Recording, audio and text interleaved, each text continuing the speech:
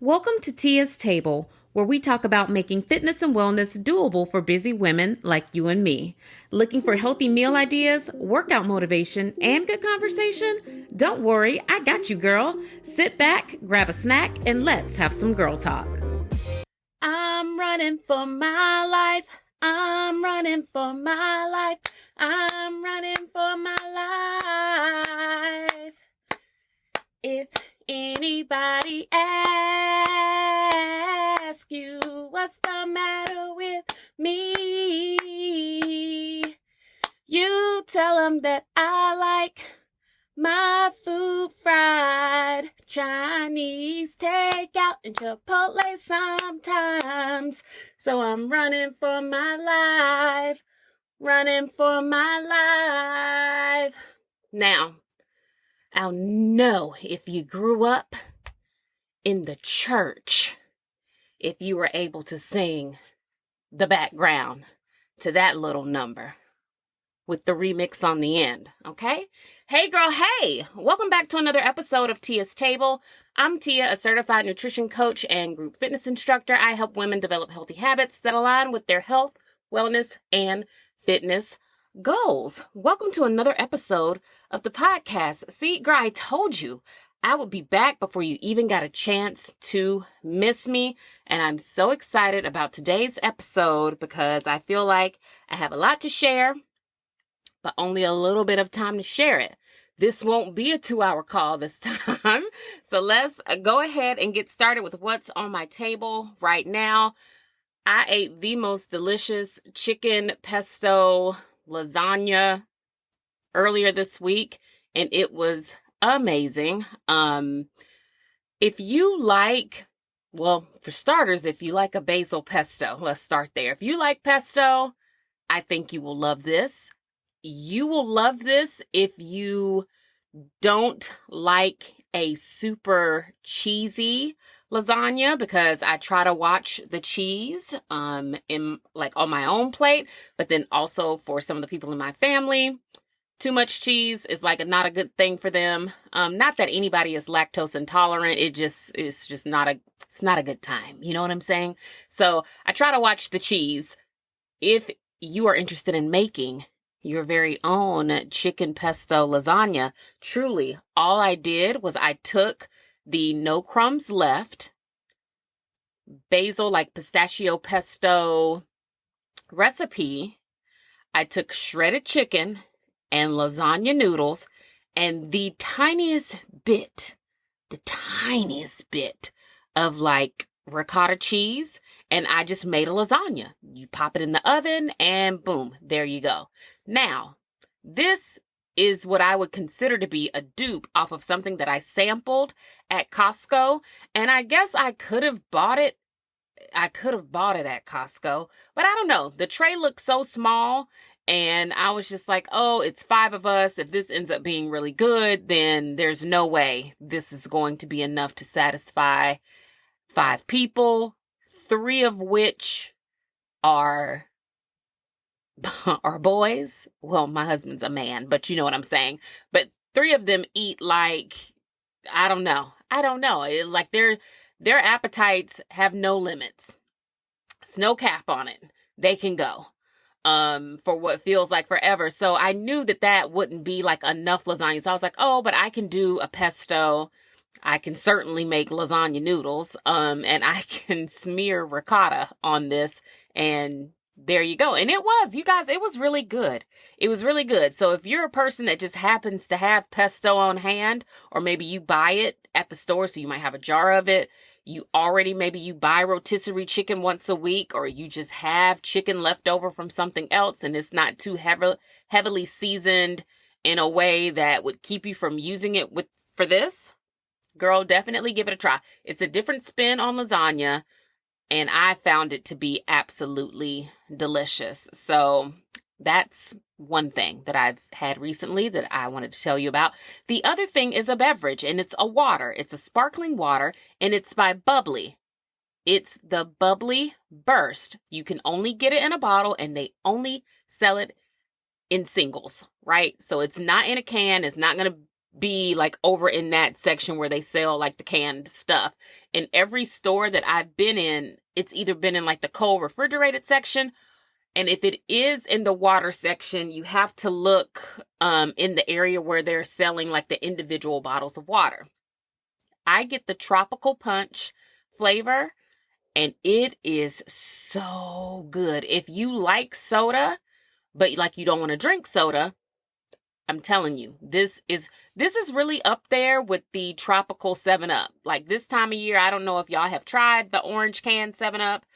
I definitely have made a few cocktails with that orange can 7-Up, and it's so good. But a great dupe for that, that's much better for you, is this sugar-free, bubbly burst, sparkling water beverage in the flavor of tropical punch.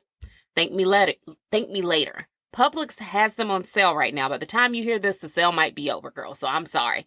But Publix has them on sale. I went to Publix yesterday because my kids wanted some of that good Publix fried chicken. So I went to Publix yesterday to get my baby some fried chicken. And I was like, you know what? Let me go check and see if they happen to sell that flavor in a multi-pack, because I'm tired of buying them as onesies and twosies at Kroger. I went over to their water section, and Publix had them on sale 10 for $10. And so, girl, you already know I bought 10. I bought 10 of them last night. There are 5 people that live in my house. I have not had one of those 10 yet. But before I got on the phone with you, girl, only half of them were left. So someone in this house has had 2.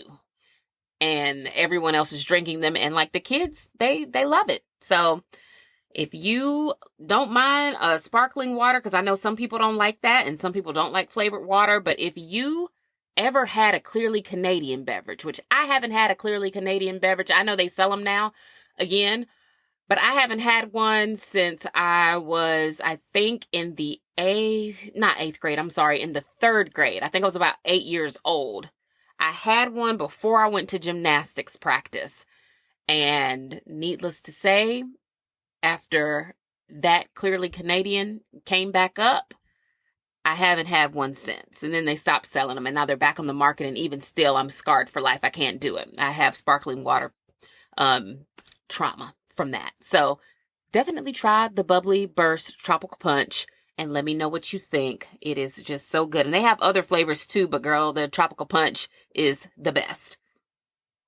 Now, before we get into our main topic, because I told you I was going to do a review of that book and kind of share all of the best advice from it, everything that I'm learning that I think will be very helpful, things that I've actually implemented into my life, and I've seen really great results from it. I'm going to share all of that. But before I do that, I also wanted to share something else that I do, because I am a girl's girl and I'm not a gatekeeper, and I do not judge you for the things that you do and or try in order to get closer to where you feel you want to be, right? You guys know I go down to a little MediSpa once a month and I get a lymphatic drainage massage because Jackie Ina said that she was doing it. Jackie Ina looks great. Jackie Ina is very close in age to me. And I said, well, nothing beats a failure but a try. So I too am going to go down here and try lymphatic drainage massage. Okay, I go down there, get my massage. It's amazing. I go back the next month. I get another one. Again, it's amazing. So on the way out, the lady was like, well, you're coming like every month. You should just get a membership or like, sign a little contract for the next few months, because you will get like discounts and perks and yada, yada, yada. And one of the perks being that whenever I signed up, the service that I had that day would only be $9.99. So I was like, yeah, for sure. Sign me up. Sign me up, because I'm coming anyway.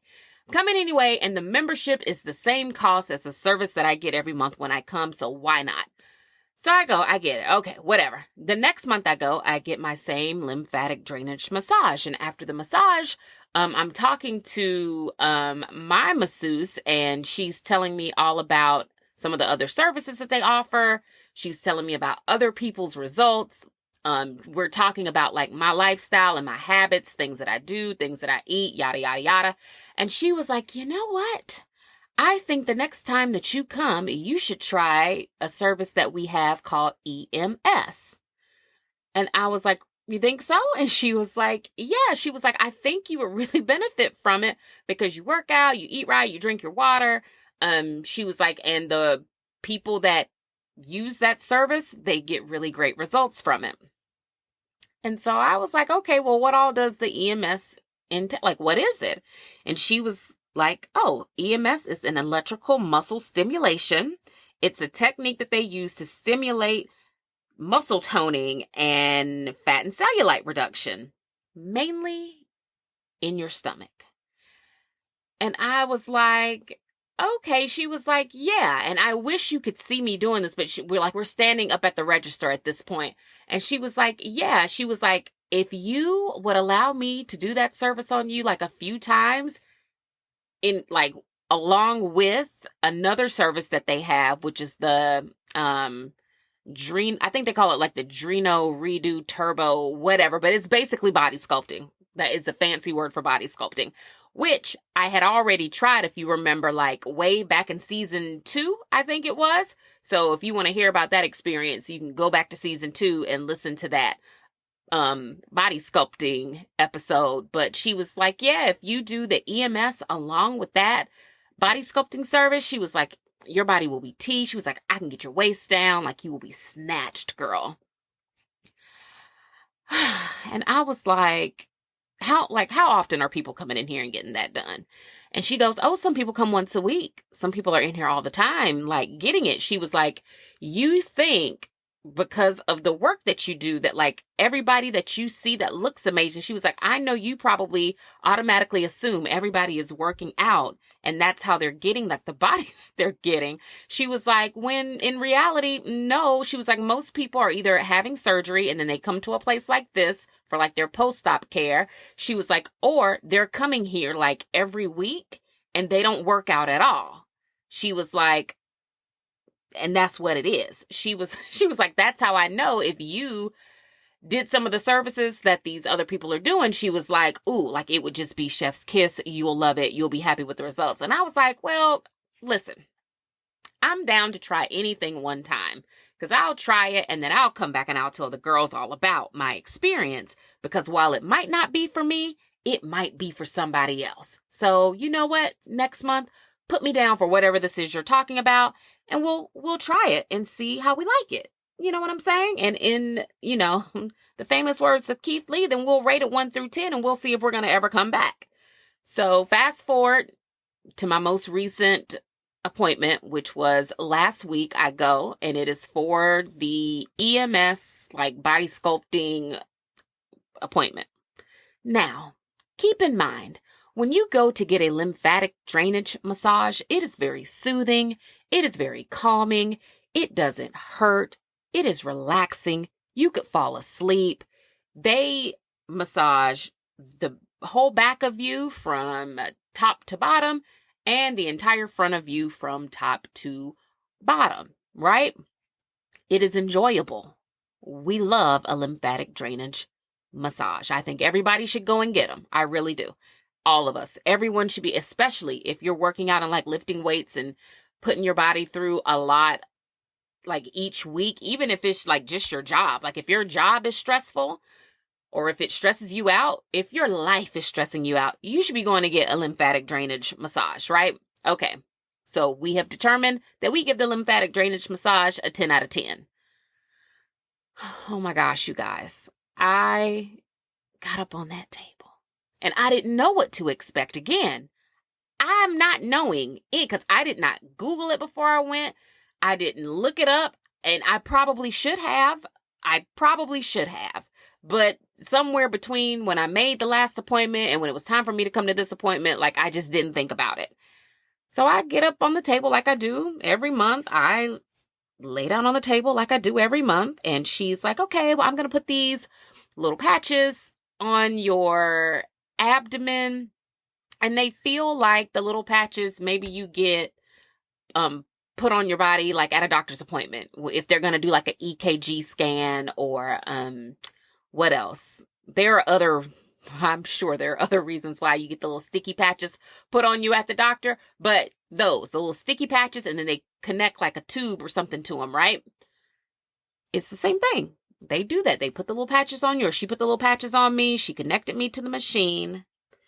And my goodness, in all of my years of living, when I mean to tell you, I have never, and I have a high tolerance for pain. I can get tattoos and I don't even flinch. I can sit there and talk to you while I do it. Getting ears pierced doesn't bother me all that much, you know. I have had 3 C-sections. 3. And yes, while they do numb you all the way down for a C-section, that recovery, though, is a monster, and people don't even talk about that enough. But after each of my C-sections, I was up, I was going out to dinner, I'm walking, I'm pushing babies in a stroller. Like, let me tell you, this EMS has nothing on that. Nothing on it. And the machine was only at half of its level output for me. Like, it was still a big range of of I don't know, let's call them contractions. There was still more. Like, the strength, she could have gone up. And I stopped her at 50%, and I said, girl, if you turn this machine up any higher, I'm going to have to get up off this table. Like, I was having to breathe through those pulses dang near like I was having contractions. Like, I was literally having to breathe through them. It was no joke. I had no idea. No one told me. And let me tell you something else. If you have sensitive skin on your belly, which most of us probably don't even realize we have sensitive skin there, because why would you know that unless you're having something like this done? That's when you learn. This is when you learn, like, oh, the skin around my navel really doesn't like this, or is pretty sensitive, or like whatever. I could feel like it was so strong at 50%. I could feel my abs like coming closer together. I could feel them. And she measured me for my, what is that, diastasis recti, the little thing where you have a baby and your abs split apart, but then they never kind of fuse all the way back together again. Like, I have that, and mine measures about like 1 finger, right? And she was like, oh yeah, we can totally get rid of this with, you know, like with this treatment with the EMS, if you decide to like get it when you come. And by the time that service was over, I don't even know how long I was hooked up to it. Maybe, I don't know, maybe it's a 20-minute or 30-minute service. When I mean to tell you, every part of me was stressed by the time that was over. I was stressed. I probably would have much rather pushed out a baby after all of that. Like, I probably would have. And again, I have a high tolerance for pain. I do not have a high tolerance for this machine. So, you know, as she's doing it, I'm asking her questions. And I'm like, so people are really coming in here and getting this done like once a week? And she's like, yeah. She was like, and some people get it on like 100% of the strength. Like, she was like, you only got 50%. Some people are like really in here, like turning it all the way up. So she was like, and then she was like, which I love her. I love my tech over there. But she was like, I'm so surprised that that we had to stop you at 50. She was like, I thought you would be able to like handle so much more than that because you look so strong. And I was like, girl, I am strong. I could hop up off this table and pick you up. I sure could. I could give you a piggyback ride around the parking lot if I had to. But is my pain tolerance high enough to endure something like this? No, like I would have to build myself up to it. And let me tell you, I have no plans on doing that. Like, this was the first and only time I will be doing the EMS, right? But then to add insult to injury, once that was over, then we had to do like the body sculpting part of this, right? And the body sculpting part, which again, if you want to hear like my first experience with it and a complete total breakdown, go back to season 2 and listen to that episode. But it feels like little prickles, right? Because it's supposed to be like zapping like the fat wherever you say you want it done. And of course, like we're working on my abdomen. So that's what we were doing. And the skin around my navel was so sensitive from the EMS that by the time she started with the body sculpting, when I mean to tell you, when my service was over, I have never been so happy to get up off of a table before in my life. In my life. It was not the most comfortable thing. And I trust her when she says people are coming to get it. But she says also, she's like, yeah, they're coming to get it. She was like, but they also waist train regularly. She was like, so they come in here, they get these 2 things done, and then they wear a waist trainer. And she was like, how are you with waist training? And I was like, I'm nowhere with it because I don't waist train. Like like that hurts too. Like it's uncomfortable. It hurts. How are people going to like eat and drink all day, like with that thing on? And she was like, oh, you're supposed to take it off to like eat. And she was like, and you're never supposed to sleep in it. And so then I'm like, okay, so let me get this straight. All throughout the day, every time people eat, they're taking that thing off and they're at work and stuff. So how are they like getting themselves back into a waist trainer all through? I'm like, that's too much. It's too much. It's too much. And then she said to me, she said, yeah, but if you were waist training regularly, she was like, you would probably see like a reduction in your waist size. She was like, especially if you decided to keep getting these treatments right here. And I said, well, let me tell you something. I will be back on that lymphatic drainage schedule next month. You don't have to worry about me coming back in here and getting these 2 things done ever again. But what I can do for you, because I do own several waist trainers, is I can test out what you're telling me.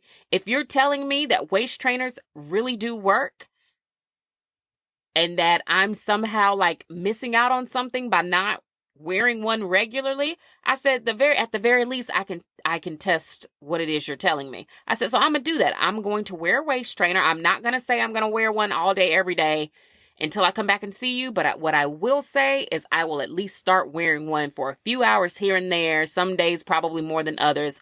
And we will see what happens when I come back to see you next month. Because girl, let me tell you, when you go to the MediSpa, they weigh you and take your measurements every time you go. So if your measurements go up, if your measurements move down, and they write them down like they're logging it for you, because obviously if they can prove to you that like you're losing weight or losing inches or whatever with their services, like that's how they keep you in. But see, what I know that they don't know is that as soon as my contract is over, that will line up right when the Pilates studio is about to open, and I will be switching over to that. But that's neither here nor there.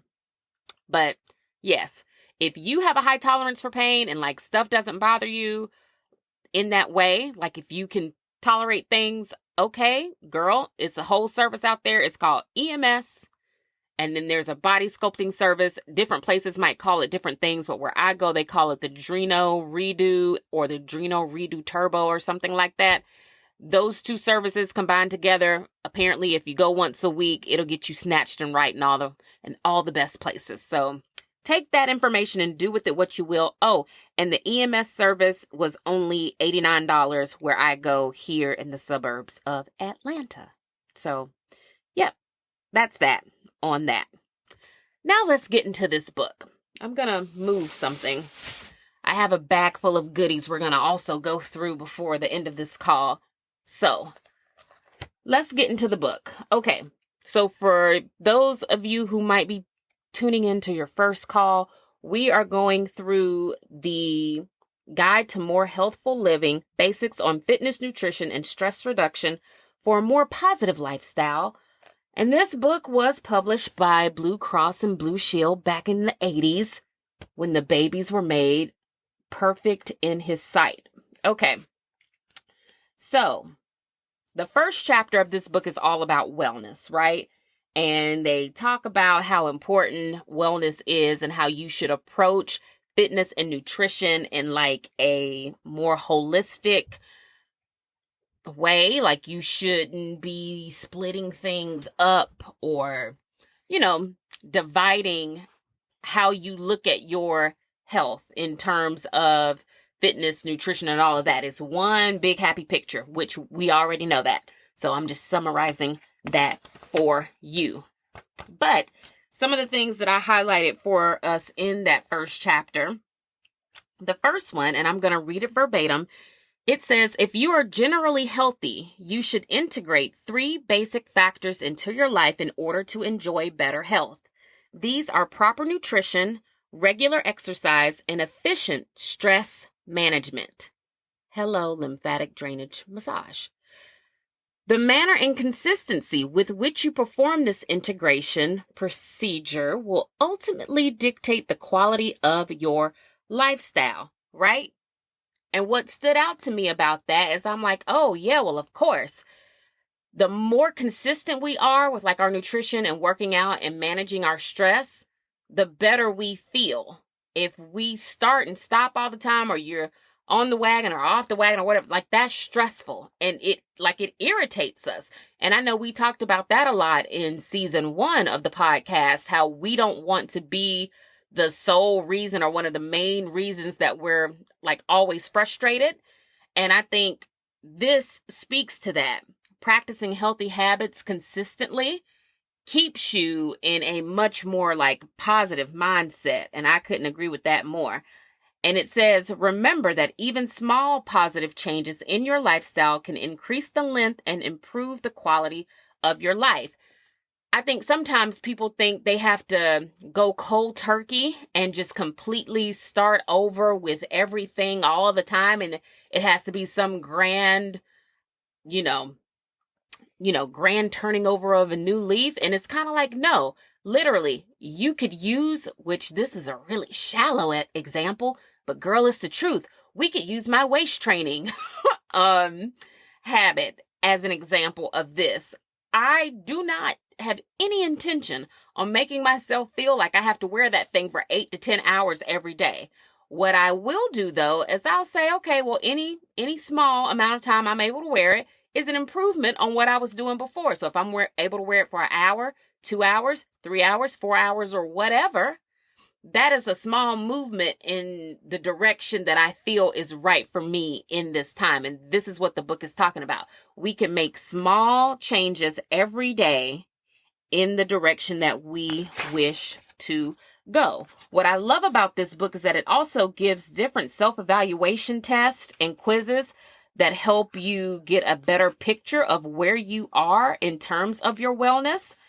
And I've tried to figure out ways to share the quizzes and the test, but honestly, I didn't come up with a way to do that. I do have similar tests available to me through some of my coaching resources. And maybe I can put 1 or 2 of them in like our next newsletter or something, so people can take the quizzes and figure out where they are in terms of wellness. But we're going to get into chapter 2.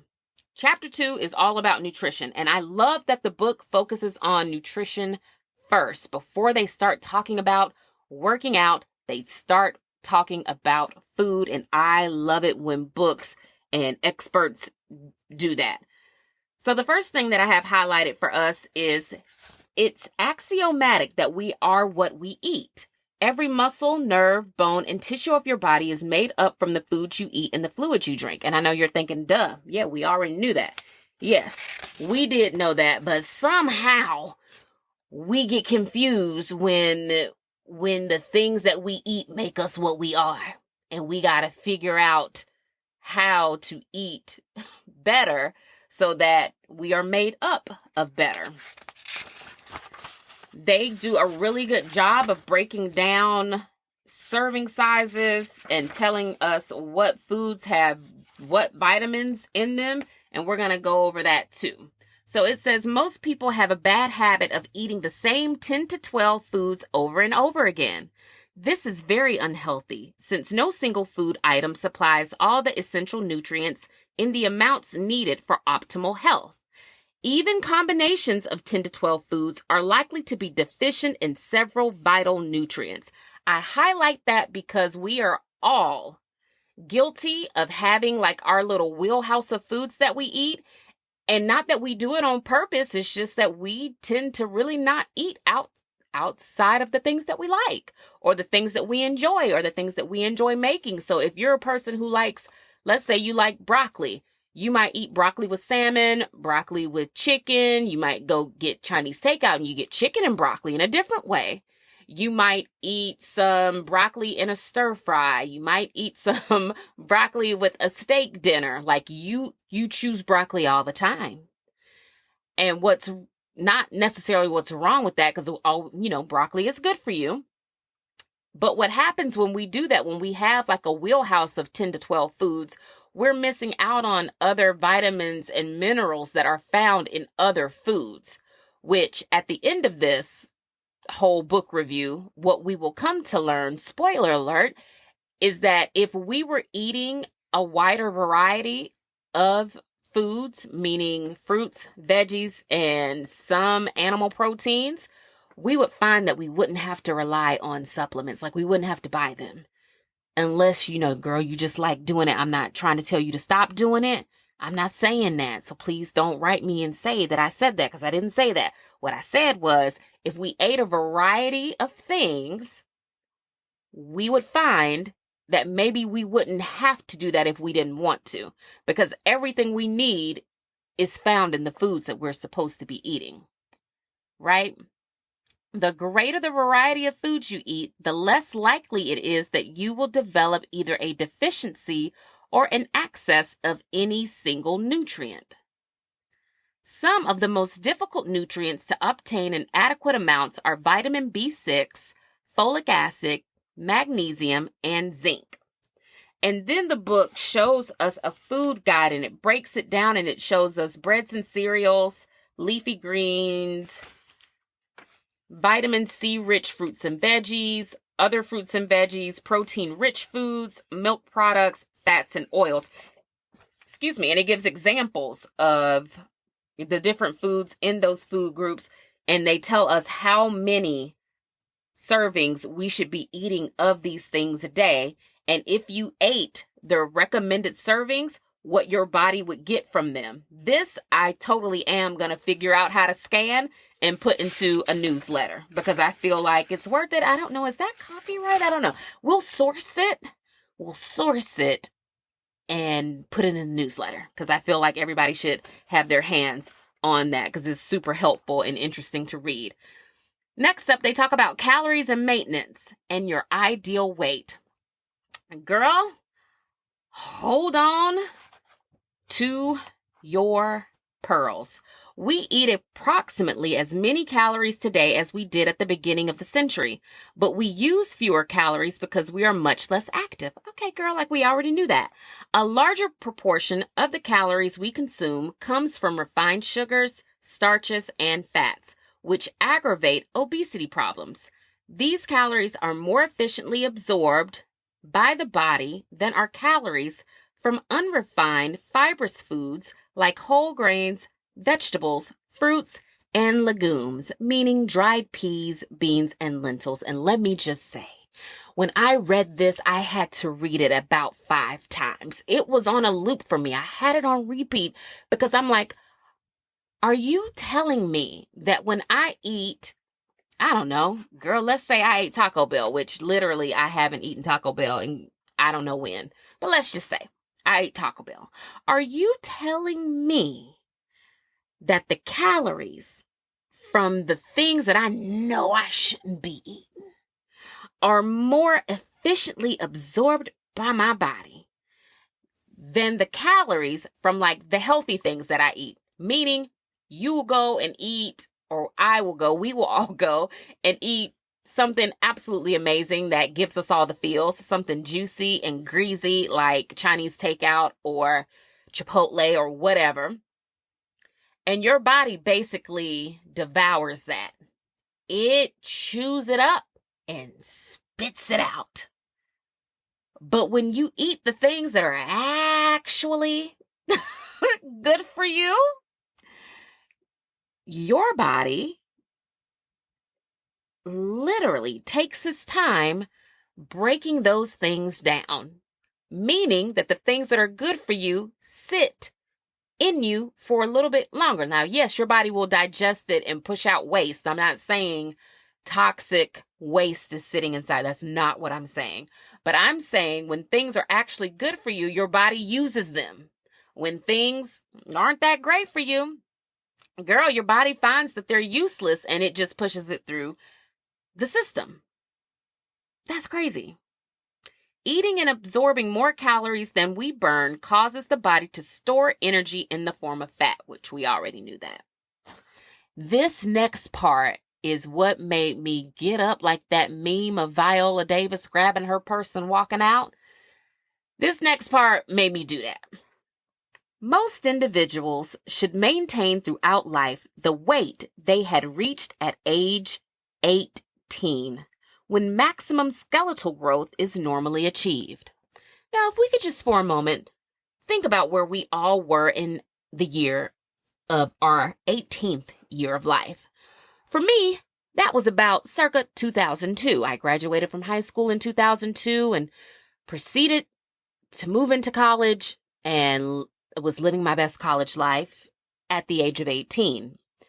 Also at the age of 18, I had been athletic my entire life, right? I was probably 120 pounds, soaking wet with boots on, and I probably had a BMI. Well, I tried out for college cheerleading, so I know exactly what my BMI was. And it was low.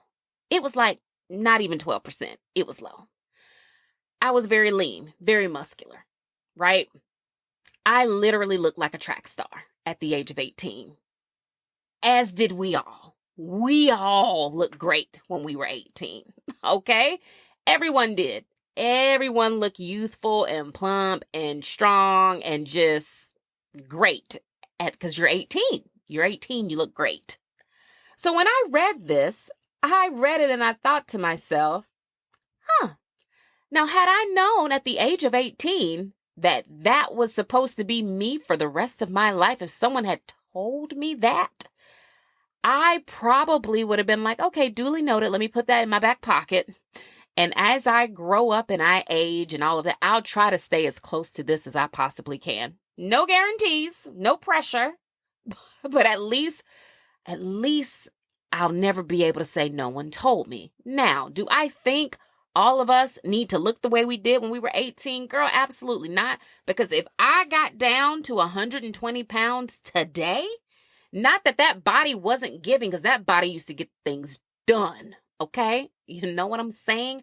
That body was a pit bull in a skirt. Do you hear me? But if I got down to my college size today, people would probably be like, is Tia on that stuff? Like, and by stuff, we could be talking about anything, because this is 2024. Fast forward, people are on all kinds of things, right?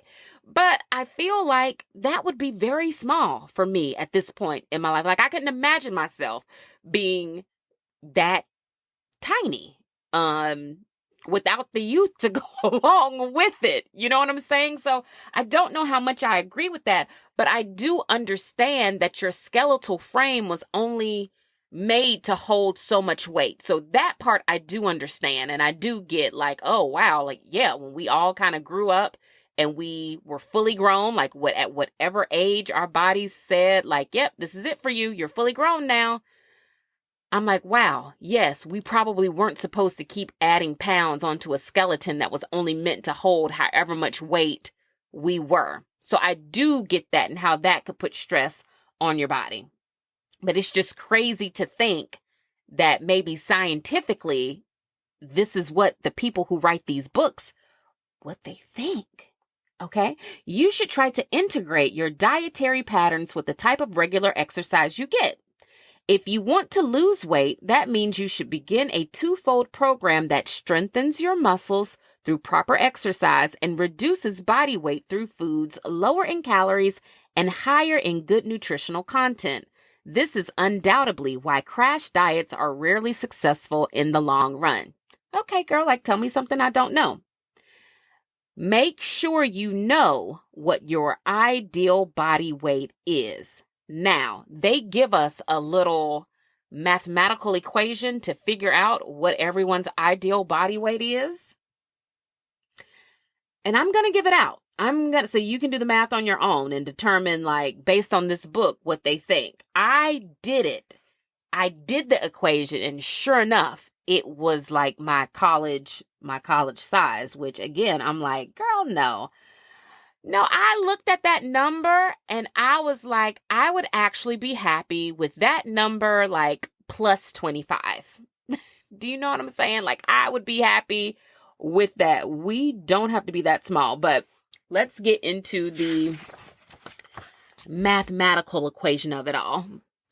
But before they give out the equation, they say, progress slowly and comfortably, changing a food here and there and even briefly enjoying a small portion every week or two of some food you shouldn't be eating. In this way, you'll be able to make significant and long-lasting changes in your diet without discomfort. And like, hello, if I have ever coached you one-on-one, sometimes I read books kind of just for confirmation that I'm not crazy and that I was always doing the right thing, which also, shameless plug, right? If I have ever coached you, you know from day one, I always say, like, we're going to eat healthy all week long. And then somewhere on the weekend, allow yourself to enjoy something. It's the only way you're going to stay consistent with the work that you're doing. Eat really well all week, maybe Friday night or Saturday night or on Sunday, whatever. If you're going on a date, if you're going to a concert, if you're taking a little road trip, whatever. Plan to actually eat something that you enjoy so that you can stay like in it. You can stay in your program, because if you just go cold turkey and you never have anything that you like, you'll start to feel deprived. You'll grow resentful of whatever program you're on, and you will be more likely to just stop altogether, which we know from chapter 1 when they talk about wellness is where like all of that irritation and stress comes from.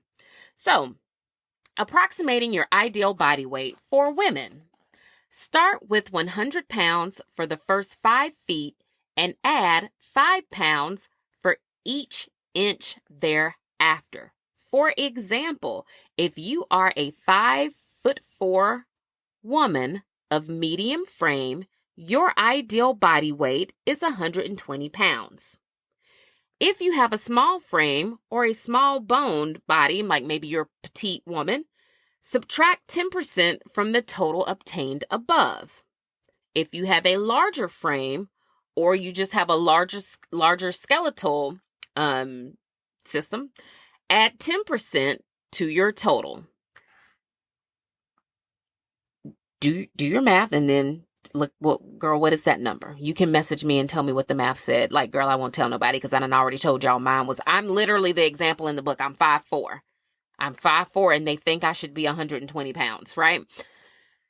Simply increasing your intake of fiber-rich fruits, vegetables, whole grains, and legumes while decreasing your intake of fatty meat, sugar, fat, and alcohol will help immensely in weight control. Now, I have implemented this, and I shared that on a couple episodes ago. Like, I'm starting to eat more fiber. Like, I was doing it when I did the 21-day fix thing a few months ago. I started eating more fruit, and I did notice a difference. I do notice that when you eat more fruit and you're really making sure you're getting all those vegetables in every day, that your body just feels better. It's not even about how it looks.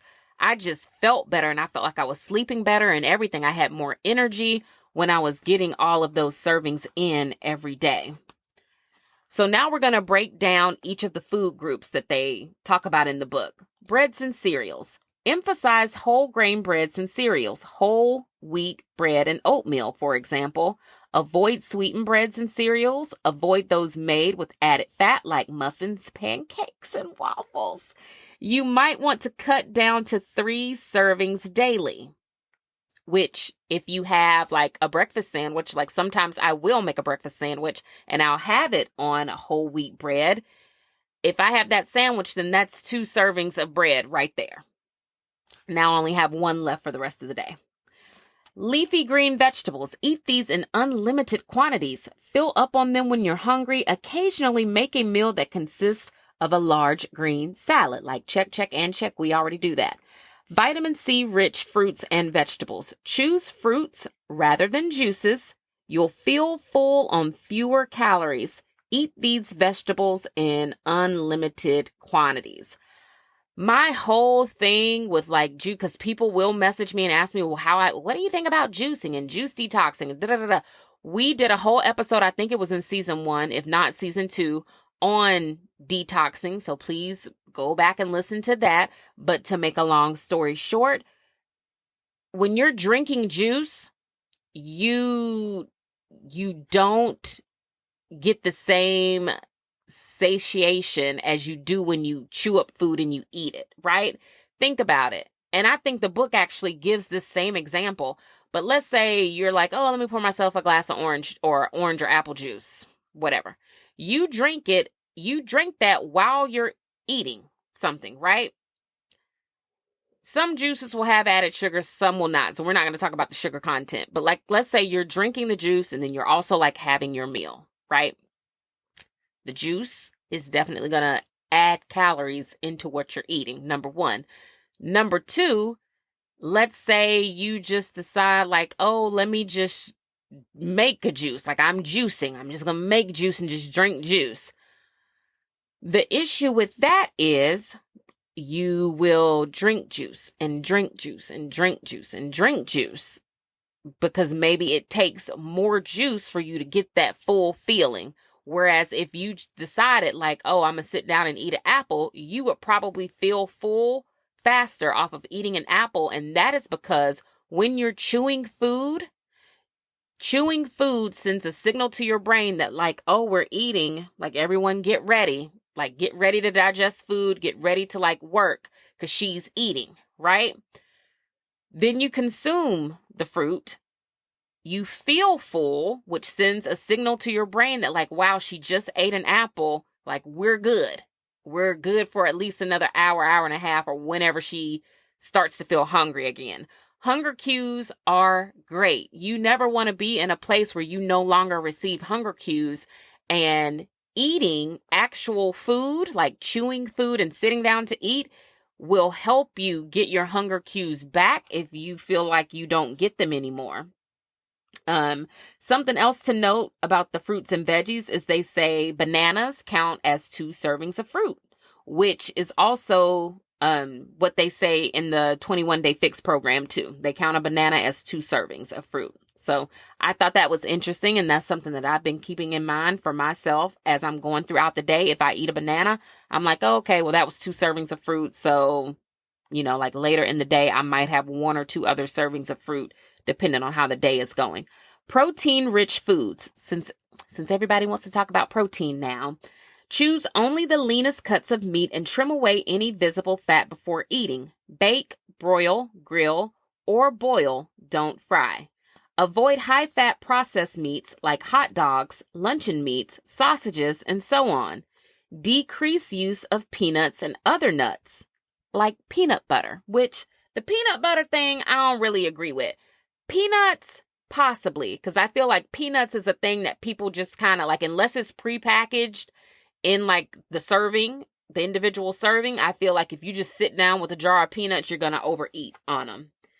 And you don't realize that you're doing it because you say to yourself, like peanuts or nuts in general, you say like, oh, they're not bad for me. But like if you love pistachios and you just sit there and you just eat pistachios all day, maybe the first handful or so is okay. Like that's fine. But if you're constantly eating like nuts all day, at some point it's kind of like, ooh, yeah, girl, that's probably wrecking your numbers. If you're counting numbers, it's probably wrecking them. Milk products, which these days I don't even know anyone who drinks milk anymore, but that just goes to show how old this book is. Milk products. Cut down on high-fat milk, which we have all done at this point. Use cheeses made from part skim milk. Reduce intake of sweetened milk products like fruited yogurt, custard, ice cream, and pudding. I use oat milk when I eat cereal, and I use an oat milk coffee creamer in the mornings. I feel like milk products in general, other than like cheese, which I know there are people out there who love cheese, like they're cheese people. They love their cheese. But I think for the most part, when I read this, I'm like, oh, okay, so maybe we might not realize what sugar might be in fruited yogurt. I honestly have never looked at the sugar content of flavored yogurts or fruited yogurts. I buy the vanilla flavor of yogurt when I buy it. So the next time I go to buy yogurt, I will look at the label and I'll pay special attention to the sugar line of the food label to see what it says. Fats and oils. Carefully measure all of these. The calories are very concentrated. You might want to cut down to 2 servings daily of foods high in fats and oils like avocado, like nuts. Diet and exercise. In a brisk aerobic activity like dancing, swimming, jogging, or cycling, you will burn 50 to 100 calories in only 10 minutes, which is true. That's true.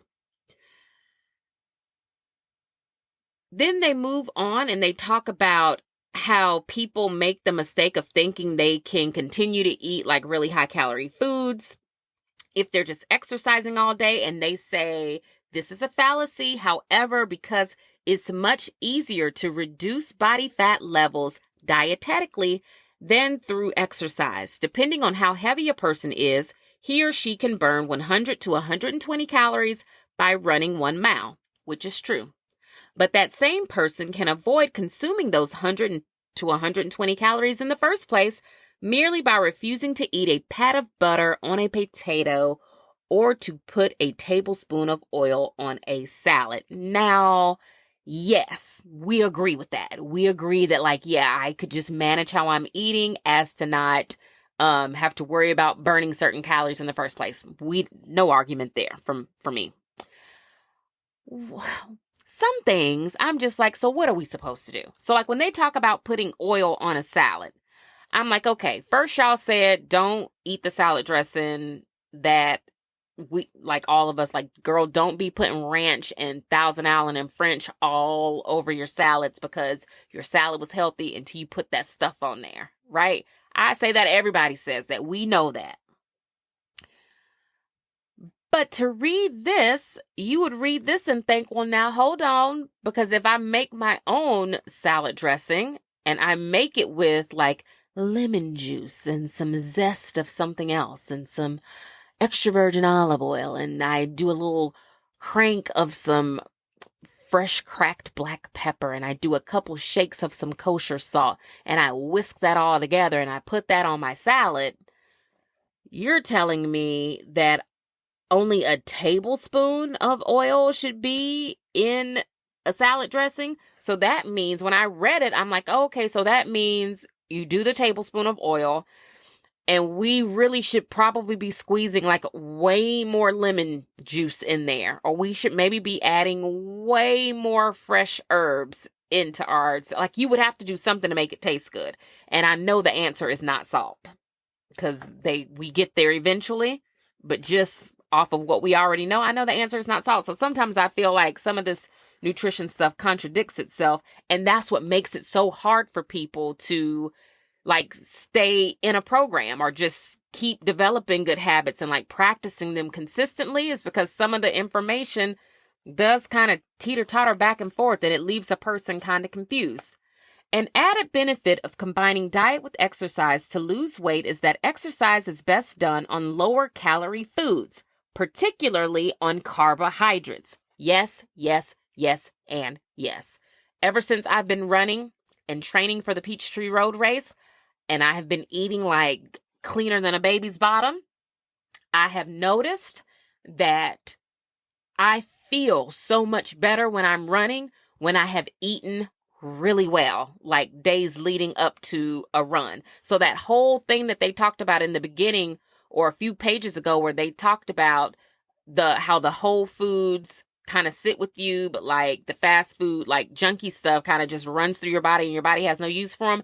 Absolutely, yes, I agree with that. And I also agree with the fact that most of us probably should be eating more carbohydrate sources Today's athletes munch on fruit and other carbohydrate food that will supply them with quick energy during the game. Fruits have readily available carbohydrates, but overall are quite low in calories. When you exercise consistently, your body instinctively craves low-calorie, natural carbohydrates, such as fruits, to satisfy its energy needs. Now, I don't know how true that is. I don't think exercising automatically makes you crave healthier foods, but I do believe, did we ever decide if Dr. Oz was a real doctor or not? I don't know. I would have to go back and check that. But I do remember hearing on a Dr. Oz show like years ago that your body will crave whatever you are feeding it. And I have always kind of like kept that little note in my back pocket because I'm like, okay, well, yeah, if I train my brain to eat and like certain foods, then when I do get hungry, I will crave the foods that my body is used to getting and eating. Of course, I will still crave a cheeseburger or a pizza or whatever every now and again. But for the most part, I think one of the differences between people who are consistent and people who are not is the fact that they have trained themselves to actually crave the things that they should be eating and or drinking. For example, last summer that I tried to get everybody to start drinking unsweetened tea from your favorite fast food place, whatever that might be. And I was telling people, well, girl, just do half and half, do like half sweet, half unsweet, and then just keep eliminating the sweet tea like all throughout the summer. And eventually you'll get to a place where you can drink unsweetened tea and you don't miss the sweet at all. I feel the same way about soda.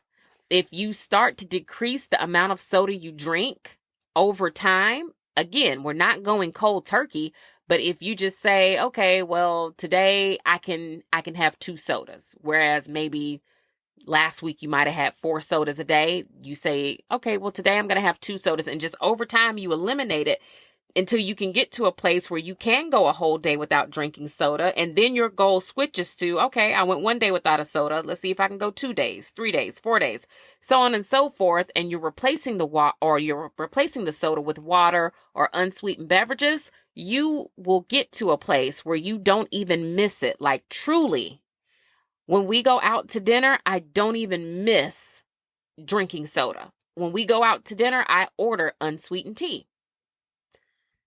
And I don't miss the soda. Every now and then, though, I will have a cocktail and I will mix it with a soda. But am I having cocktails every day? Like, girl, no. My life probably indicates that I should, though. But I rebuke that in the name of Jesus, and I don't do it every day. And I don't do it every day. But yeah, like if I do have any soda, that's probably when I'm getting it in, which really, now that I say that out loud, it's kind of like doubling down because you're having a soda and you're having alcohol. But, everybody's got their something that we're trying to work through, girl. Don't judge me. Don't judge me. So yes, we should all be having fruit at least right before we work out based on this book. Eating more unrefined carbs. The type of carbohydrates we consume has shifted from primarily starches, potatoes, legumes, and grains to primarily sugars, sweets, and soft drinks. Also, unrefined carbohydrates, whole grains, fresh whole potatoes, salads, fruits, and vegetables have increasingly been replaced by their refined counterparts. And by that, they mean like white flour, potato chips, juice, other drinks that probably have a lot of soda in them, like some of our coffees and all that kind of stuff. And they point out that those are inferior to their natural counterparts. Perhaps one of the reasons carbohydrate consumption has decreased is that people think of carbohydrates as being fattening. And we know we do this. We associate one with the other because that was all over the media for quite some time. Replacing fats, fried foods, and fatty meats in your diet with unrefined fruits, vegetables, grains, and legumes will help you control your weight by preventing overconsumption of calories because those things make you feel fuller longer. And I know people say that about protein, like, oh, if you get in enough protein, you'll feel fuller longer. And that's true too. But what I have also noticed is that, oh, no, maybe if we just ate the correct amount of protein, like sometimes I see on social media people sharing what they eat in a day, and it's like 180 grams of protein, 200 grams of protein. And to me, that sounds and feels like a lot for the everyday woman who is not a bodybuilder. You're not a bikini fitness model. You're not an actor or an athlete. You and I, like, we're homegirls. We're girlfriends. We have a lot in common. And one of the things we have in common is we're just out here living. Like, we're just moms in 2024 trying to make our way, which means we probably don't need to be eating as much protein as we are, and we could probably be using some of our plate for some of these unrefined carbs. And they also help you feel full longer. Because concentrated calories can be consumed quickly, there is a counterproductive tendency to ingest many more calories before a sense of fullness is noticed. This is what I was talking about with the drinking of the juice.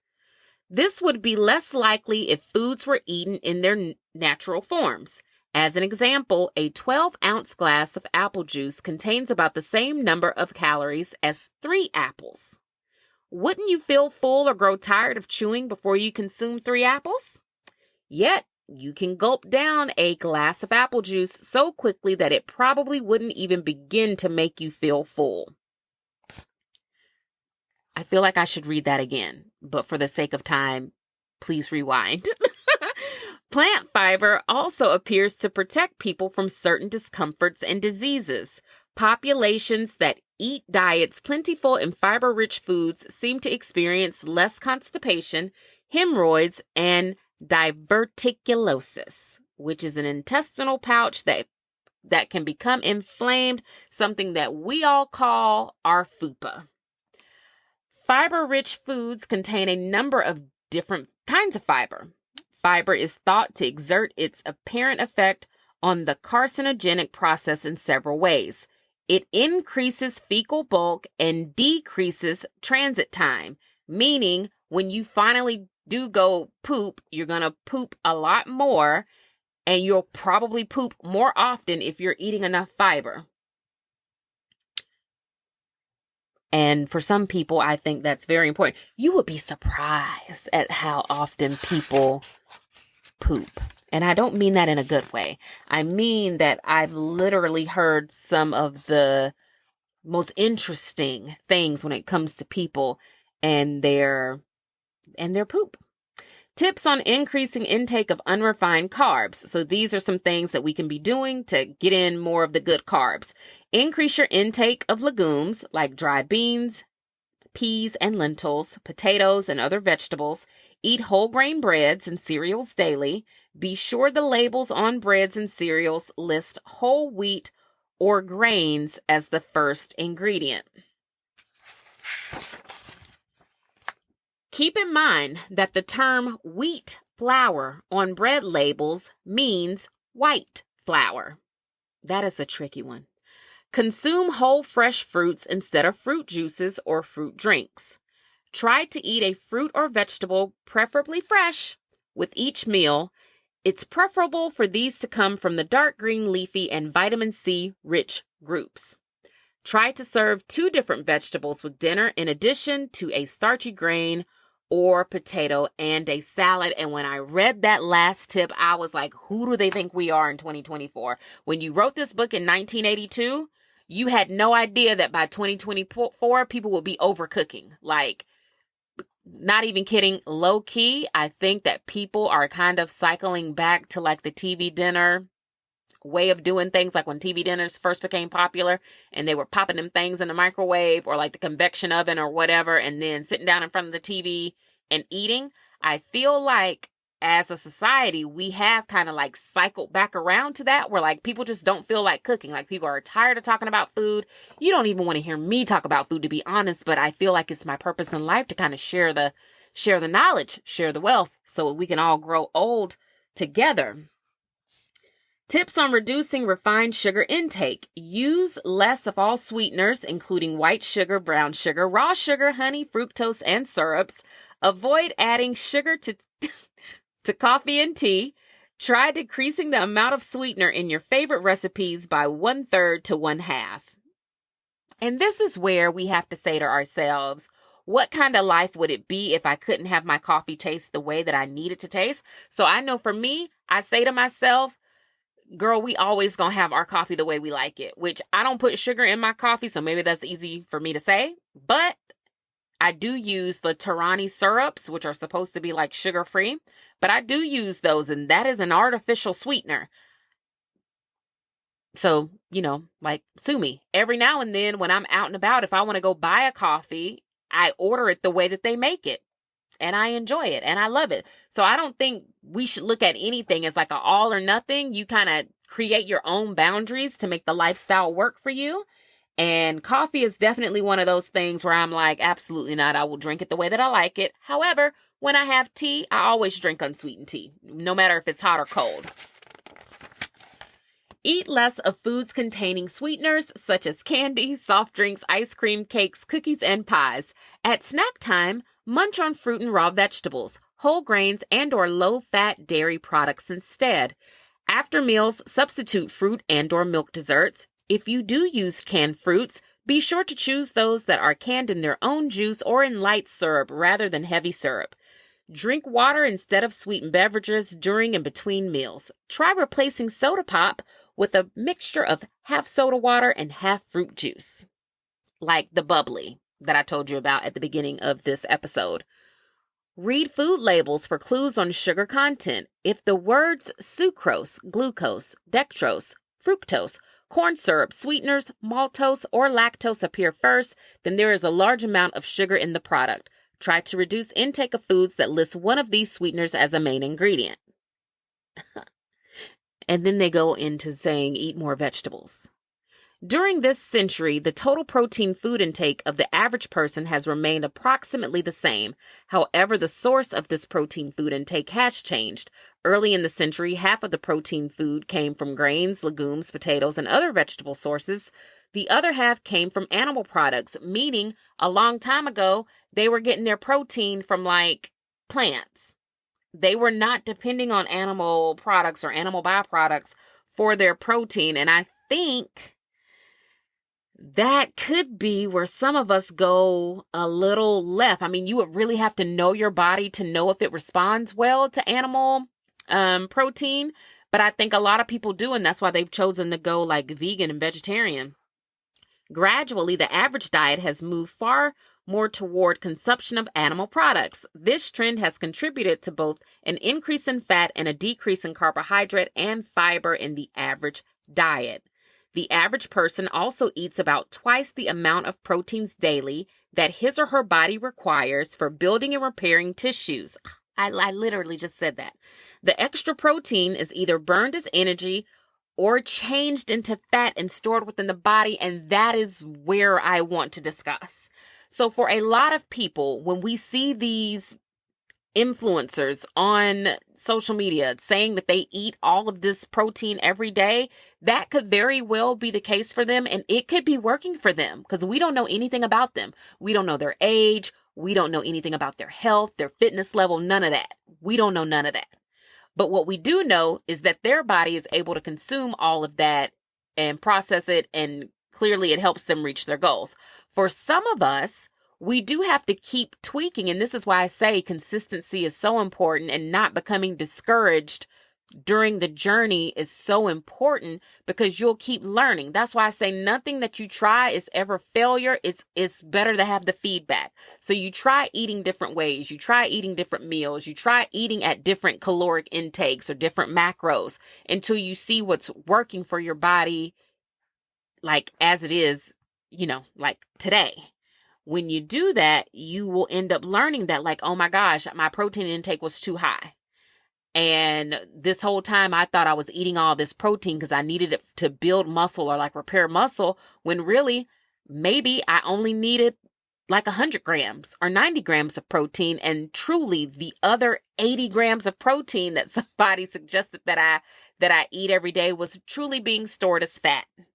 Or if you keep eating and you keep shifting your plate around, you might notice that, yeah, my body actually needs more of those unrefined carbs more than it needs animal protein, because I'm getting protein in the veggies and all the other things that I'm eating, so I don't have to rely on chicken so much or salmon so much. I can actually focus my attention more on some of these other things, and I'm seeing the results that I want to see.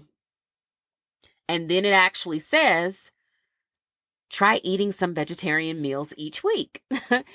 Ideas for vegetarian meals, and then they go into some different ideas: a hearty bean or split pea soup with cornbread and a salad, black beans with brown bread and an apple carrot salad. Who is eating that? Black-eyed peas with cornbread and greens, basically collards and black-eyed peas, which I'm here for that. I eat that every fall and winter, and it's so good. And sometimes I make it with roast beef, and I don't know if that part is good or bad, but it's so good. And I do it over rice. So good. But apparently I could have been eating it with cornbread this whole time. So duly noted for this upcoming fall and winter season.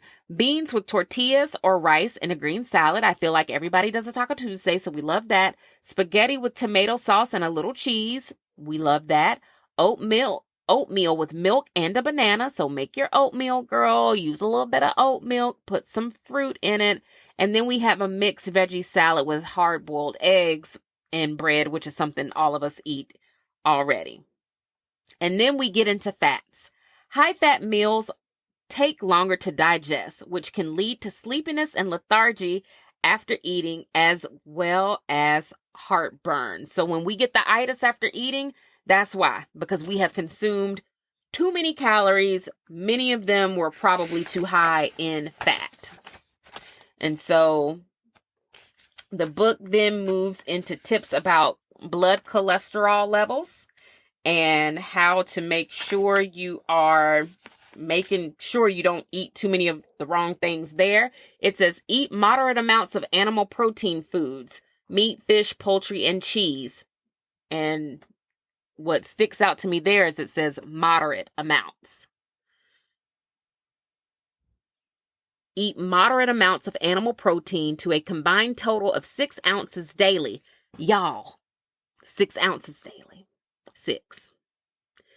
6. Limit egg consumption to an average of 1 a day.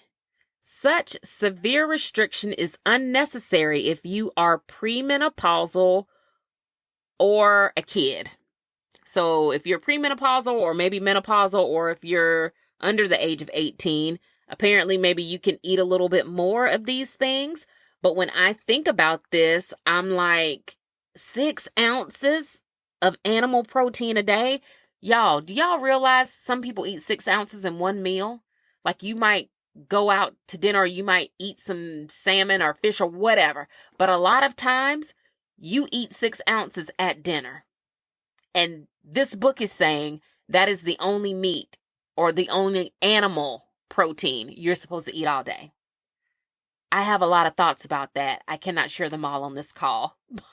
But we will suffice it to say that they really are sticking to the fact that everything else you eat is supposed to be a fruit and a vegetable, which I'm down with it. I just can't believe how far we've gotten away from this. Like, we have gotten so far away from this. Do not automatically salt cooking water. Use a bay leaf for flavor instead. So now they're kind of talking about sodium and inflammation and how you can cut out salt and reduce salt. They give a very long list of salty foods. I do not feel like we need to go through the list of salty foods because we kind of already know what they are. The only thing on that list that I would say could be surprising to some people is just to make sure you're watching the sodium in some of your favorite seasonings and sauces, because I feel like that's where a lot of the salt hides, primarily for people who are already watching what they eat. Then they get into how we all should be looking at vitamin supplements, right? Do you need to take vitamins and or a mineral supplement? If you are healthy and not overly stressed, the answer to this question is no, provided you regularly eat a variety of fresh and unprocessed foods. However, you may benefit from the extra insurance of a low-potency, well-balanced multiple vitamin and mineral supplement, particularly if you fit into one or more of the following categories. You eat out frequently. You rely on fast foods or highly processed convenience foods much of the time. You frequently snack on high-fat and high-sugar foods. You regularly skip meals. You go on and off diets in an effort to control your weight. You routinely eat very little.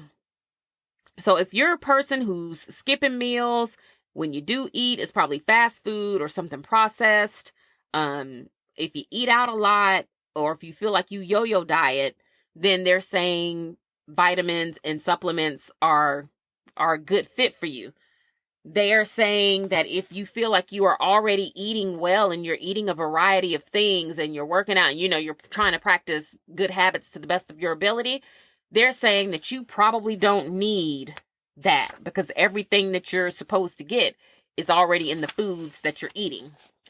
Natural foods consist of vitamins and minerals in complex combinations which interact biochemically with each other.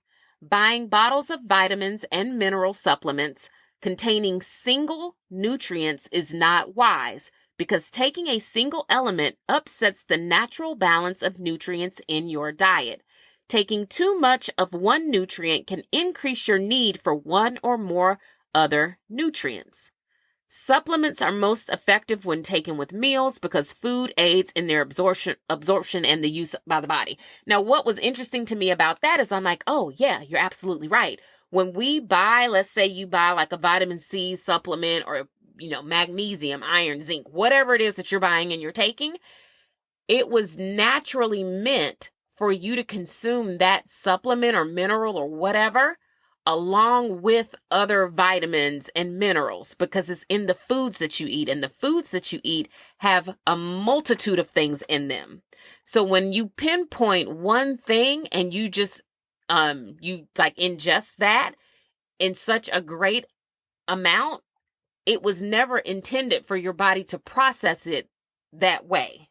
And so the book is suggesting that you kind of first try eating natural foods because biochemically, that's the way your body wants to interact with those vitamins and minerals. Your body doesn't really want you to take like, I don't know, what's up here. Your body doesn't really want you to take more than 1.1 milligrams of riboflavin. Or like biotin. Biotin is something that everybody, every once in a while, we end up taking for one reason or the other. And biotin for someone of an adult age is 100 to 200 mcgs, right? So when you think about that and you look at some of the bottles that we all have in our house, you see what some of those bottles say, and you'll probably be like, oh my gosh, I'm taking way more than what they recommended back in 1982. Now, that's not to say that between now and then, things haven't changed and maybe the numbers on some of these have changed and what's okay has changed. But if it has changed, I would be willing to bet that it only changed to make up for the fact that people aren't eating as well as they used to. So now they're saying, well, yeah, sure, you can up the dosage and up the ingredients in these vitamins and these supplements because people aren't eating the way that they used to, and their bodies probably do need supplementing, right? That is just my personal belief, but girl, let me see. Then there's a quiz about eating habits. And I think that was it for the chapter on nutrition. So we covered a lot there. Hopefully it was helpful. Please rewind and take what you need or like re-listen to things that you felt like I went through too quick. I try not to make this call too long. But that book has helped me tremendously. I'm definitely eating more carbs and more fiber because of it, because it just confirms what I was already feeling and thinking for myself. And hopefully, if you're a person who feels like you either are always bloated, if you feel like you have a distended belly and it's not necessarily due to like your actual measurements, but if you always feel kind of just like puffy and inflamed, or no matter how hard you work out or eat right, you feel like your midsection just is still, like a little full, I would highly recommend upping your fiber intake through natural foods. I would highly recommend increasing your intake of unrefined carbohydrates. And if you do that and you don't begin to poop more, because for a lot of people, and I cannot stress this enough, for a lot of women, you will notice, and I know no one wants to poop all day. Like, I already know that, so you don't have to message me and say that. But I cannot tell you how many people aren't going to the bathroom as much as they probably need to. And once you start doing that, you will notice a difference in how your body feels and how your body looks. Now, if you're already eating a lot of fiber and you're eating your carbs and you're going to the bathroom regularly, like multiple times a day, the trainer that I was working with, she actually was like, people should be 1 for 1. Like, that was always her goal for her clients. For every time you eat, you should be pooping, right? If you're a person who's already doing that and then you are still finding it difficult to, see results in your midsection, then I would, number one, highly recommend like you talking to your doctor about that to see if you can have labs ran for like different hormonal imbalances. And then past that, if you go to the doctor and like you're fine, your doctor's like, girl, you're good to go, then my next suggestion would be to remain as consistent as possible with what you are doing. But while you remain consistent, keep tweaking your plates. Keep tweaking the amount of carbs you're eating. Keep tweaking the amount of protein you're taking in. Tweak it until you start to see results, right? And then, of course, while you're doing that, if you want to go down to the MediSpa, girl, and let them strap you up to that table, we won't judge you. You can go down there and try it, and then you can message me off to the side and tell me all about your experience, because I live for it. I love it. I love hearing about the girls who are going and trying different things. I love hearing about y'all's surgeries. And if you're going to get a BBL, like, what was it like? What was your experience? Girl, who did it? How much did it cost? Did it end up going the way you wanted to? Like, girl, if you're on that Ozempic, if you're getting shots, like, girl, when did you start? How much do they cost? Does it make you sick? What results have you seen? Like, share the tea with your girlfriends, right? And we talked about this a few episodes back too. Let's not gatekeep the things that we're doing, because while something might not work for me, or it might not be something that I want to do, like hello EMS body sculpting thing, that might not be for me, but it might be the key to somebody else's journey that ultimately gives them the happiness that they're looking for. So let's just be more open and be good girlfriends and like share all the things without judging each other. Because I feel like that's why people don't share, because they're afraid of being judged. Anyway, moving on to the workout report. Girl, I'm still running. That race is in 12 days. And I really need to work on miles 4 through 6. If I can get to like 5.5 miles, like, I'll be good to go. And right now I'm at 4, and I feel positive. I feel like it's going to be all right. I feel good about it. I feel like my body is responding well to the training. I feel like my balance of running and resting has been really good for me. So my body is not overtrained in any way. Like, I have not been doing any lower body leg work, because I'm like, my legs need to be able to run. And if I lift weights on the days that I'm not running, or if I lift weights on the day that I do run, then I have to give myself more rest time in between. And that's a no. Like, I'm not doing that until after this race is over, because people should be doing that. You should be training, like, you should be cross training, like lifting weights and running.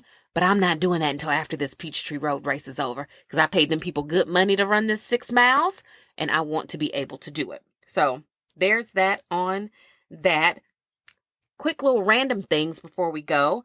The Black Barbie doc that's on Netflix. Why didn't anybody tell me? I'm going to watch that and check it out.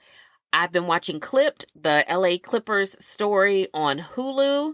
I think I mentioned it last time, but girl, like, new episodes keep dropping, and it is so good. If you have not checked that out, please go watch it. Like, it's really good, soapy. It's really good in that way. Like, I didn't know what it was gonna be. Like, I didn't know the angle that the storytelling was gonna be from, but the angle that they chose, girl, is good. So if you like good drama, watch it. I went to the beauty supply store today, and that's what my little bag is for.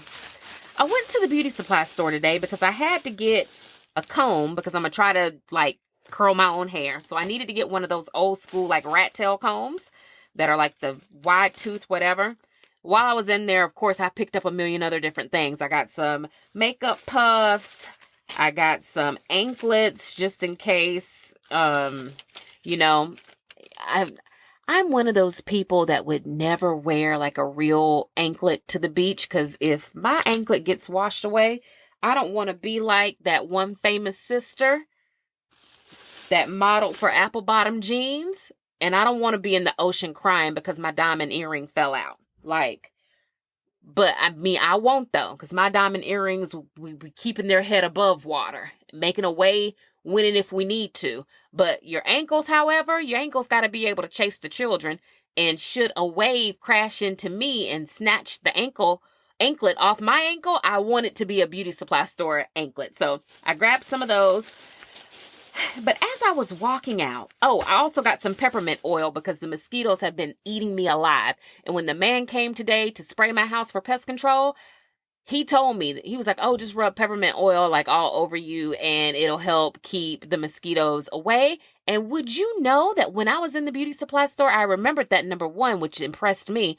Number two, I picked up the peppermint oil. I read the front of the bottle and it literally says, help soothe inflammation and improve skin and itchy scalp.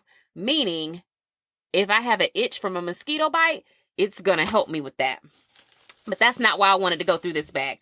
I wanted to go through this bag because why didn't y'all remind me that the beauty supply store has lipsticks? And now that I have cut all of my hair off and I basically have a low top fade with a little fuzz on the top, I'm like, I need to be wearing like lip color, like almost every day, all the time. And admittedly, I do not want to keep spending so much money on lipsticks because I feel like when you try them in the store, they look like one. And that's if you can even try them, because sometimes you buy them in Target and you can't try before you buy. But I'm like, ooh, these things cost too much for me to not be able to try them. And then I get home, I put them on and it's way darker or it's way lighter than what I thought. So on my way out of the beauty supply store, I happened to glance over and I saw like the whole makeup section. And I was like, let me go over here and see what lipstick colors they have. And I will just buy a whole bunch of them. And if I end up liking them, then I can find either similar colors by like a more high-end brand, I guess if I felt like I needed to. But then also at the end of the day, it's kind of like no, Tia, you wear a lipstick, then you eat, you drink, whatever, it gets wiped off. So do we really need to spend $20 on lipstick? No, because we don't even wear it every day, but we will be wearing it when we leave the house. So these are the colors that I got. And this makeup collection is the NK Makeup Cream Lipstick collection, and it's got vitamin E in the lipstick. But these are the colors that I got, just in case you're at your local beauty supply store and you want to look for these colors too. I got a color called Urban. It's kind of giving a dark red with like a little bit of gold in it. Kind of like a maroon, like a deep wine. That's what we should call it. It's like a wine red with little flecks of gold. Very pretty. I got a color called Copper, which is exactly what it looks like. It looks like copper. And it's very pretty. I plan to line my lips maybe with like a brown. And in like the fall, I feel like that would be really pretty. But then here in the summertime, maybe I could just wear it as it is. And I think that's going to be really cute. Then I got a color similar to that one. It's called Pecan Brown. And it's just a little bit darker than the copper. It's really pretty. I think it'll be a really pretty, like, natural color. Then I got a pink because I feel like, I don't know if everybody should have a pink, but I certainly didn't have one. So I was like, okay, let me get a pink. It's called Metal Pink, and it's darker. So if you think Barbie pink and how that's, like, super bright, this is like a deeper, darker, maybe, like, bluish undertone pink that I think will work on me. And so I'm excited to try that because I literally never wear anything pink. I think I have one 2-piece Old Navy activewear set that's pink, and it's the same pink as that lipstick. So you absolutely know I will be running in that outfit in that lipstick. Not for the race though, but just in general. And then the other color that I got was like a deep, dark, really pretty red, and it's the color beet. Beet, like the girl, like the vegetable. I tried this one on today once I got into the car, and it is so pretty. And I think it'll be really great too with a dark lip liner, like once the weather changes and it gets a little cold outside. I also picked up a couple lip liners. I got a lip liner for the pink lipstick because, like I said, I don't have one.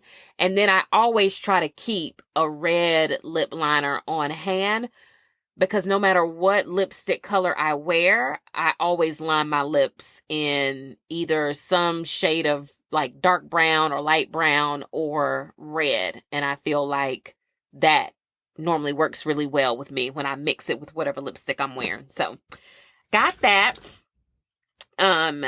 We are still in beach prep mode, so I'm still gathering the things.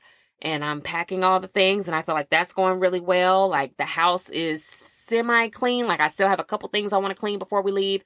And something that I always do before we leave to go on vacation is I switch out all of the plug-ins so that when we return back home from vacation, like our house smells so good and is so clean. So I'm excited about that. I have to drop the dog off at the little doggy hotel, and I'll probably do that here pretty soon now that he's had his shots, and I've turned the shots into the doggy hotel and got that all set up. So things are moving right along, and I'm excited for my progress. I'm not normally this ahead, but I guess since the amount of things that I've had to organize and pack has reduced, I have less to do. And that is a good feeling. You know, a friend of mine listened to the last episode, and she reached out to me and she was like, I am so glad that you have arrived at a point in your life where you realize you don't need all that stuff. Like, just go to the beach, Tia, and leave all that stuff at home. And I was like, yes, girl, I have arrived. Thank you for the warm welcome. And I'm doing a lot better about taking care of myself and like knocking things off of my plate. It's not always the easiest thing to do, but I'm doing it. Then several episodes ago, I told y'all about the shark robot that's been sweeping and mopping my house for me. Let me tell you, I'm still so in love with that thing. I couldn't be any more in love with that thing. I don't know, like unless I like gave birth to it. But I told the robot the other day to mop. And so I put his little mop solution in him, and I was like, okay, go mop, please. Thank you. And I noticed he wasn't mopping. Like he was walking around my house, but he wasn't doing his job, which I was like, that's weird. So then I tried troubleshooting it and nothing happened. So then I called Shark and I was like, hey, I told this thing to mop and it's not mopping, even though I did all the right things. Like, what's happening? Can you help me troubleshoot this issue? They tried troubleshooting it with me on like a video call. And when we couldn't get it to mop, he was like, ma'am, I'm not even gonna hold you. I'm gonna just send you a new robot in the mail. He was like, you just got to pay $10 for the shipping. I said, okay, well, are you going to send me like the box and the items I need to send this other one that won't mop back to you? And he was like, nope. He was like, you can just throw that one away. And I said, now, come on. I said this to myself. I said, now, you know, I will not be throwing a $600 robot away in the trash because he still sweeps. But now if this other one can mop, it sounds to me like we now have a sweeper and a mopper. So now we have two, and now I have to rename them. Because see, the first robot, we called him the Black Sweep, like a play on the Black Knight. But now that we have two, I'm like, I got to name my two robots, and their names kind of have to go with each other. So I got to figure out what I'm going to name them. And I feel like I don't want to give them girl names. I feel like their names need to be boy names. I don't know if it's Hall and Oates. That's a duo. That's a man duo. Yeah, I gotta figure that out. If you have any male duo names that will work for this, that's cute, please message me and let me know so I can name my new robot and get him mopping and cleaning on behalf of myself. And then lastly, I am going to try molding my hair. So I talked about that last time. I have been encouraged. I have been given tips. That's why I had to go get the rat tail comb, because people have given me some best practices, things to look at. I'm going to try molding my hair and doing it myself before we leave to go to the beach. And like one of the ladies said, the worst thing that can happen is that you'll try it. If you don't like it, just shampoo your hair and wear it natural. And she's not wrong. So I'm going to do it and see what happens. Also, on the note of hair, at the time of this call, it has not quite been confirmed just yet. But should I enter into a partnership with a hair company and you see me on social media talking about said hair and my hair, would you please be a good girlfriend and kind of like, comment, share, whatever you can to support the brands that apparently would like to support us as we sit up here and talk to each other? Because that will make me just so full of love, joy, and all the good things. And I'm so excited that the podcast is apparently being recognized and somebody wants to come over here and sponsor a phone call or two, girl. Like, I'm excited for it. And they reached out to me. So look at God. How about that? So let's keep talking and being good girlfriends because I like where this is going and I hope you do too. Now, I have to go because I have to go do Special Dinner Friday with my children and I am 46 minutes late. For Special Dinner Friday, I told them I will be back downstairs at about 5 o'clock and girl, it's 5:46. So when you're out, compliment a woman, say something nice to her, make her day. Don't compete, don't compare, don't complain. What God has for you is for you and never knock another woman's hustle. Thank you for listening to this episode of Tia's Table. I will talk to you very, very soon. Love you, girl. Bye.